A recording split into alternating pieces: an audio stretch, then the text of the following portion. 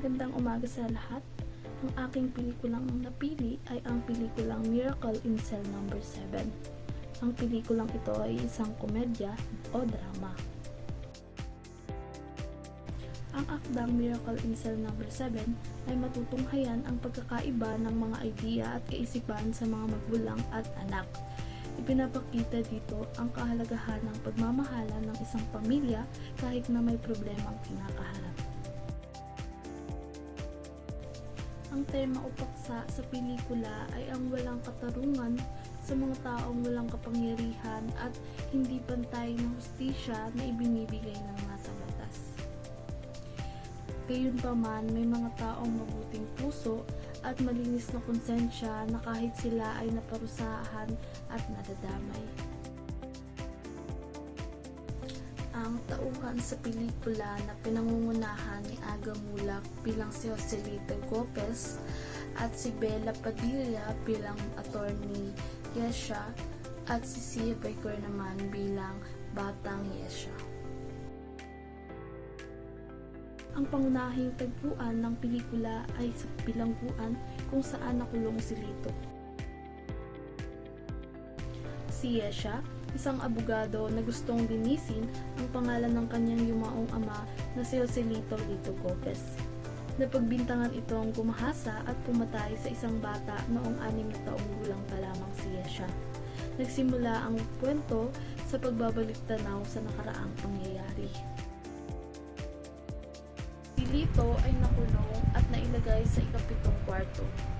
Napag-alaman ng mga kasamahan na may hiwaga sa kulungan. Si Suliman at ang 5 pa niyang kasamahan ay tinulungan si Yesha na makapasok noong ito ay bumisita at nagpresinta sa kanilang choir. Nalaman ito ng gwardiya, ngunit pinayagan na lamang si Yesha na makabisita sa presinto araw-araw. Ang mga kasamahan ni Lito ay tinulungan siya sa kanyang mga akusasyon. Si Lito ay may kapansanan kaya't natututo at gumagaling siya ng paunti-unti lamang. Ngunit ang komisyoner ay binugbog siya dahil siya ay pinapaamin na siya ang pumatay sa bata. Dahil kung hindi niya ito aaminin ay papatayin niya si Yesha. Labag man sa loob ni Lito na angkinin ang kasalanang hindi niya naman ginawa, ay gagawin niya ito para sa kanyang anak na si Yesha. Ang paglilitis ay pangyayari sa ika-23 ng Disyembre na siyang kaarawan naman ni Yesha. Bago pa man dumating ang araw ng paglilitis, gumawa ng hot air balloon ang mga kasamahan ni Lito upang siya itakas.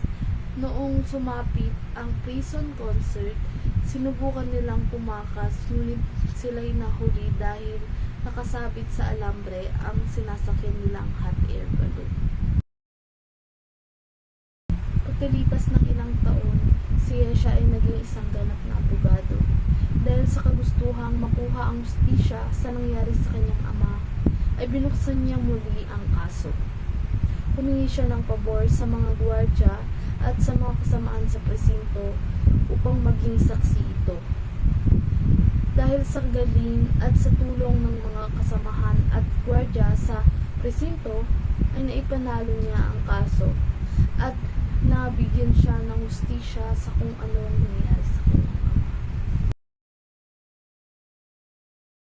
Pelikulang Miracle in Cell No. 7 ay isang malaya at natagumpay na pelikula na nagpapakita ng mga iba't ibang idea at kaisipan sa mga manonood. Maganda at maayos ang paraan na ginamit sa pelikulang ito.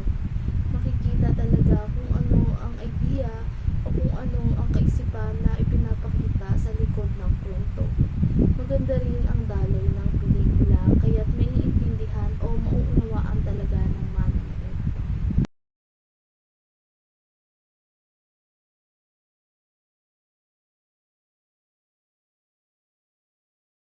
Sa pangkalahatan, ang pelikulang Miracle in Cell No. 7 ay nagpapaalala sa atin ng kahalagahan ng hustisya, pagmamahal at pag-asa. sitwasyon